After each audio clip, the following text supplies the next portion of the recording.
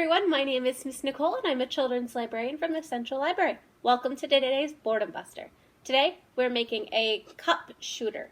So what we're going to need is a regular plastic cup. We're going to need one balloon, some scissors, and today I'm going to throw some very stale marshmallows. But stale marshmallows actually work better than regular marshmallows.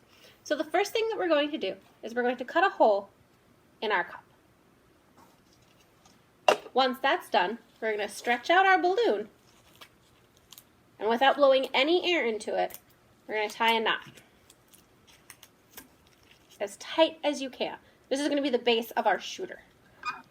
Then we're going to cut off the top.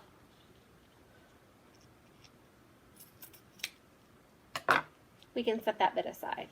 And then we're going to use all of our fingers to stretch it out as far as we can. And we're going to place it over